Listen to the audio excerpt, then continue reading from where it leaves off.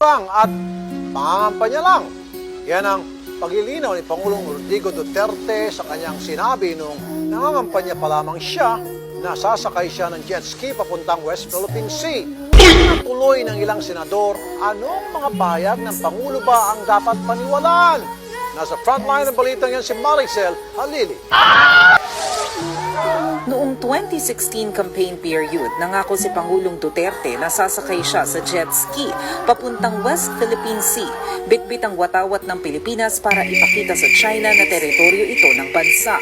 Sa mga naniwala rito, istupido raw kayo. Alam mo, panahon ng kampanya yon, hindi siguro sanay itong mga na style ko sa kampanya. Pure campaign joke. Sinungaling ka! At kung naniniwala kayo sa kabila, pati na siguro si Carpio, pati I would say that you are really stupid. Hiri tuloy ni Senador Ping Lacson ang hirap ng tansyahin ng Pangulo sa kanyang mga pahayag.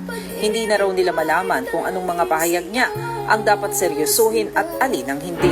We don't know anymore. And yun ang malaking problema natin because tuwing magsasalita pa yung Pangulo, tayo yung mag-a-analyze pa. Totoo ba yan o biro? That's very confusing. Seryoso yung topic. And yung presidency is no joking matter.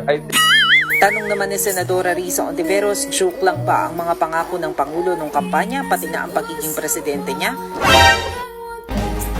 Samantala, inamin ni Pangulong Rodrigo Duterte na nagkamali siya na sabihin niya sa pangangampanya noong 2016 na tatapusin niya ang problema sa iligal na droga sa bansa sa loob ng 3 hanggang 6 na buwan. Sinungaling Sa ka! inaugurasyon ng Cebu-Cordova Link Expressway Project sa Cordova, Cebu kagabi, sinabi ng Pangulo na ang kanyang naging pahayag ay posibleng dala lang ng pangangampanya kung kailan nagpapasiklaban silang magkakatunggali sa pagkapangulo. Oh no!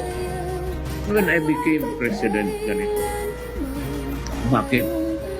Sinasabi ko, I can clean it in 6 months. And after that, I realized na nagkamali talaga ako. Sobrang Gago!